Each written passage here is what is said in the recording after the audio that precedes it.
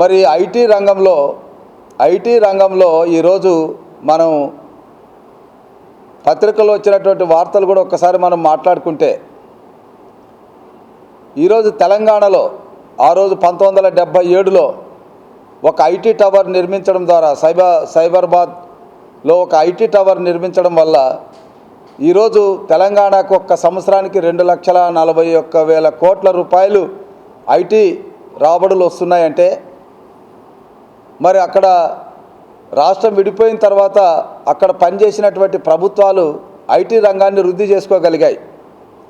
రాష్ట్రం విడిపోవడానికి ముందు 3,50,000 ఐటీ ఉద్యోగులు అక్కడ పనిచేస్తుంటే ఈరోజు 9 లక్షల పైగా అక్కడ ఐటీ ఉద్యోగులు పనిచేస్తున్నారు.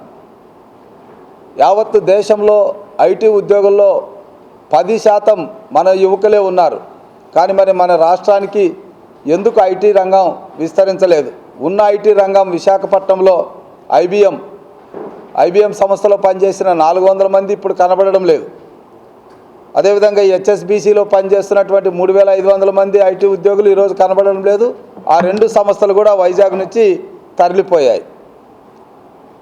అంటే ఈరోజు తెలంగాణలో, మన ఆంధ్రులు ఉన్నటువంటి తెలంగాణలో ఐటీ పరిశ్రమ 3 పువ్వులు 6 కాయలుగా విరాజిల్లుతూ ఉంటే, మన దగ్గర ఉన్నటువంటి ఐటీ రంగం కుదేలైపోవడం అన్నటువంటిది, దీన్ని బట్టి జగన్మోహన్ రెడ్డి యొక్క వైఫల్యం.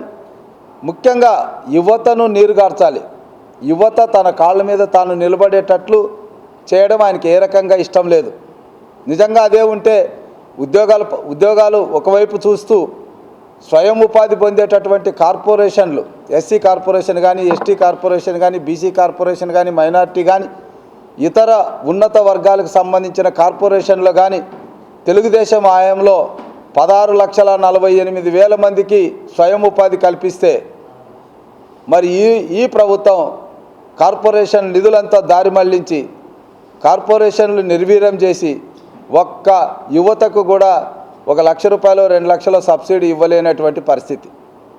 అంటే దీన్ని బట్టి వైసీపీ ప్రభుత్వానికి ప్రజలు సాధికారత పొందడం ఇష్టం లేదు. వాళ్ళ కాళ్ళ మీద వాళ్ళు నిలబడి నలుగురికి సహాయపడే విధంగా వాళ్ళు చైతన్యవంతులు కావడం ఇష్టం లేదు. ఎంతసేపు తన మోచేతి కింద నీళ్లు తాగేటట్టు యువతను ఉండాలని శాసించేటటువంటి పరిస్థితుల్లోనే వెళ్తున్నారు తప్ప, యువతకు బంగారు భవిష్యత్తు ఇవ్వాలన్నటువంటి ఆలోచన లేని వైసీపీ ప్రభుత్వం ఈ డిఎస్సిని మెగా డిఎస్సి అనడం సిగ్గుచేటు. ఇది దగా డిఎస్సి అని మేము చెప్తున్నాం.